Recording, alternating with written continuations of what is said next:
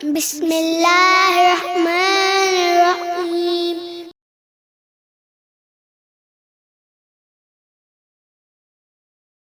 मोहतरम viewers, mutton यखनी बनाने के लिए हमने आधा किलो मटन लिया है। यखनी या सूप के लिए हड्डियों वाला गोश्त इस्तेमाल किया जाता है। अगर गूदे वाली हड्डी हो तो कमाल की बात है।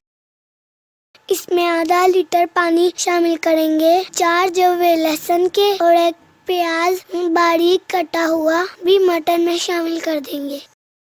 अब इसको पकाएंगे। इतना पकाना है कि प्याज और लहसुन अच्छी तरह गल जाए, मगर मटन तकरीबन 50% ही पका हो। अब इसका पानी खुश्क हो जाएगा तो इसको भून लेने का अमल शुरू कर देंगे।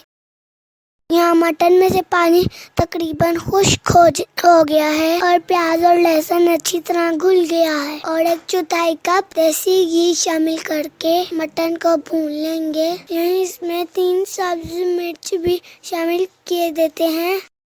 देखा जा सकता है कि इसकी भुनाई तकरीबन हो चुकी है, क्योंकि सारा मसाला मटन के साथ चिपक गया है और घी अलहदा हो गया है। इसकी भुनाई कुकिंग ऑयल में भी की जा सकती है, मगर देसी घी के साथ मटन यखनी का जायका और अफादियत लाजवाब हो जाती है। अब हम इसमें 3 गिलास पानी शामिल किए देते हैं और इतना पकाएंगे कि पानी पक कर अपने असल से आधा रह जाए।